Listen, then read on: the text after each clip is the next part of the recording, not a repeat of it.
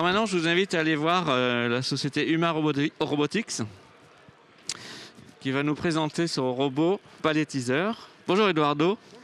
Je te passe le micro. Est-ce que tu peux nous dire un petit peu ce que tu présentes là et puis nous présenter Huma Robotics? Bonjour. Alors, on présente ici une solution de robot collaboratif pour pouvoir automatiser des fins de ligne.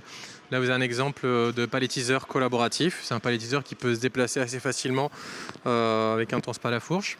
On le repositionne en fin de ligne et en quelques points, on fait une formation par apprentissage.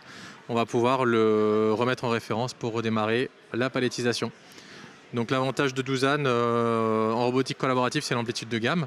On est sur des bras qui vont de 90 cm de portée jusqu'à 1,70 m, donc c'est assez grand en termes de rayon d'action. Et sur la charge utile, on va de 5 kg jusqu'à 25 kg de charge utile.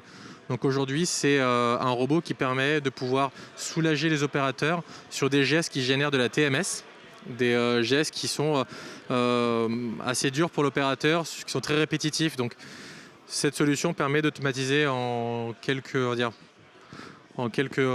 clics un geste assez pénible.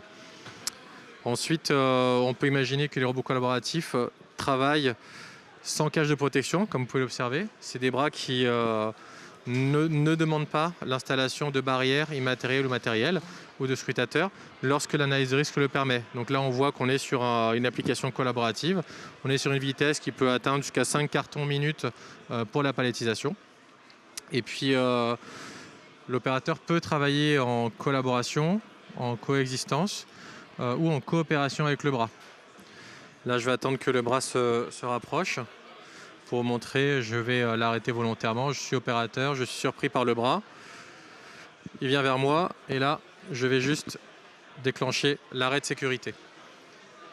Je suis opérateur, je ne suis pas roboticien. Si j'ai déclenché un arrêt de sécurité, je dois être en mesure de pouvoir reprendre la production, sans pour autant l'avoir arrêté. Voilà, donc la sécurité de l'opérateur est au cœur de la problématique des robots collaboratifs. Merci Eduardo.